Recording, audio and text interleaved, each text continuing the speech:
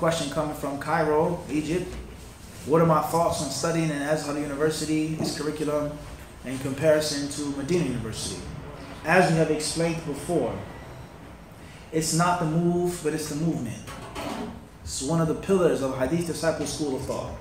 It isn't the move, but it is the movement. It ain't about your school or your background or your resume, but it's about how you move. Somebody goes to Egypt, they study in Azhar, they can speak better, they can recite better, they teach classes, they have fiqh, they have fahm, they have ilm. And then someone graduates from Medina with choppy Arabic. Someone graduates from Medina with good Arabic, but they don't teach classes, or they caught up with this sheikh and this person and this fitna, talking about this one all day, and he's a deviant, so on and so forth, and he wastes himself. He wastes his life. You spent 7 years, 8 years out of your life, you came back to America, what change did you make? What impact did you make in your community, except for fitna? It's not about the move, it's about the what? The movement. So hypothetically speaking, let's say that the curriculum in Medina is better, it's stronger, it's purer. But it doesn't mean that the one who graduated from that curriculum is going to teach the pure way to his people. And someone, hypothetically speaking, graduated from Azhar, in which the curriculum is inferior, hypothetically we said, only what? Only hypothetically. And it's tainted, this Ash'ari Aqidah, this Bid'ah, so on and so forth is there in Egypt, and he comes back, and he's upon the way of Ahl Sunnah wal Jama'ah. He says, I went to Egypt, I never believed in none of that crazy stuff. I never practiced none of those Bid'ah, I have the Aqidah of Ahl Sunnah, with Allah's attributes with regards to the rest of the deen. I'm Kitab and Sunnah, but that's where I was educated. And he teaches Bukhari, he teaches this book, he explains this tafsir, he helps his people. Medina doesn't mean anything, because it's not about the move. It's only about the what? The movement. Assume what? Formlessness. Don't get stuck in one shape and one form. If you go to Egypt and you benefit and you learn and you teach that, alhamdulillah. If you go to Medina and you benefit and you learn and you teach that, alhamdulillah. The problem lies in what student of knowledge it is. Someone who's gullible, someone who's naive, someone who can easily be tricked and duped, and he goes there and he sucks up everything that his teachers say to him. And he comes back messed up. And the same can happen in Medina. But obviously, the religious, the political, the economic, and the social life in Saudi is night and day in Egypt. It's different. It's different. All the Arab countries have their ups and downs. So I know brothers that have studied in Egypt. Let's say brothers in Minnesota, Somali brothers. One brother, perhaps he won't get upset by me mentioning his name. Okay? Well, maybe I won't mention his name. He's a young Somali brother. He went to Egypt. He wasn't even in the college yet.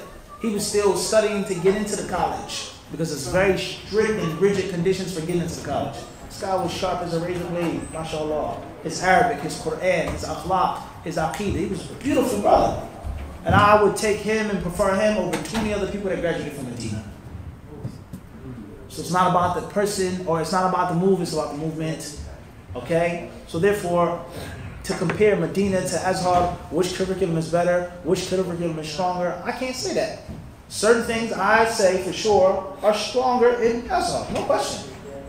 And there are certain things that I can say that are stronger in Medina, without a question. And then there are other things which are relative, which are comparative, from person to person, subjective. And most importantly, as one of my teachers told me, when I graduated the bachelor's, I was going into the master's program, I said, what section should I go to, Sheikh? Which department should I do? He said, and this is the golden rule that he gave me, he says, Talib al-ilm sayuntiju haythu ma kan. He said, the student of knowledge will produce wherever he goes. The student of knowledge will produce wherever he goes, meaning the real student of knowledge. If you have your head screwed down tightly on your shoulders, if you're sincere, if you're hard-working, mujtahid, if you're patient and humble, you're going to benefit no matter wherever you go. You go to Egypt, you go to Malaysia, you go to South Africa, you're in New York City, Philadelphia, Pennsylvania. You're going to benefit. And a lazy student of knowledge, a wannabe, an imitator, a pretender, an imposter, or someone that really isn't humble, really isn't hard-working, someone that doesn't scrape their knuckles on the ground and work hard, he's going to get minimum benefit even if he's in a gold mine. Even if he's in a gold mine, he's only going to come out with a nugget. He's only going to come out with a little bit of gold. You can be in the lands of the ulama, sit with the ulama every day. We saw this, brothers, with the ulama, with the mashayikh, driving them around, taking them around. have personal relationship with the mashayikh. He doesn't know anything. He has no ilm, no fiqh. Anyway, somebody who comes only once a night, sits, and he's learned and taking the legacy of that sheikh. And most importantly, he gives dawah, and he teaches, and he spends from what he has amassed. This is the most important thing, and this is the true nature of seeking him. And not to get caught up in a place. And it's not just Egypt and Medina. The same applies to Yemen. We want to say the truth, no matter who likes it or not. It's the best place to study in the world. There's no place like this in the whole dunya. This is the only place in which there's a sunnah. This is the only place. What is this speech? What is this speech? How many people you know who went to Yemen and came back? What have they done? What have they produced? What have they given? Who have they taught? Who have they trained and cultivated? And there are brothers who went to other places. They may not have been as prestigious or solid or orthodox as certain places in Yemen. And they did wonders. Because it isn't about the place or the location, but it's about what you do with that knowledge. And be far from bigotry and fanaticism. Do not be a bigot for Medina. Medina. That's it. Azhar, that's it.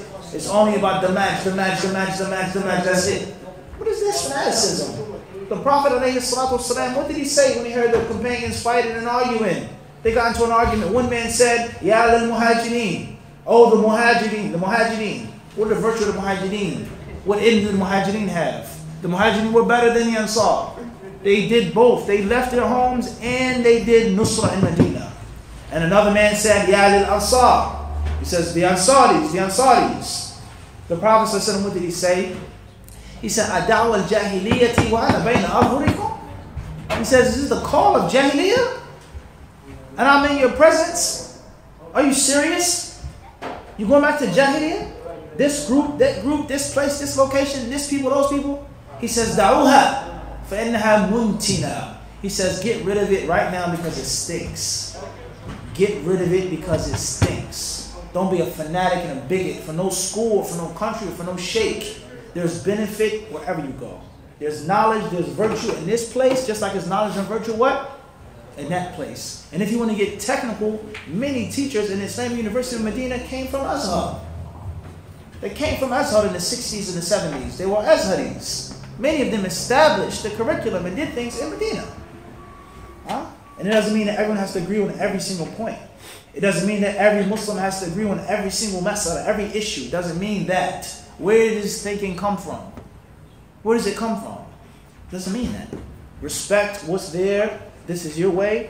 I don't say that. I don't choose to go there, but I respect it.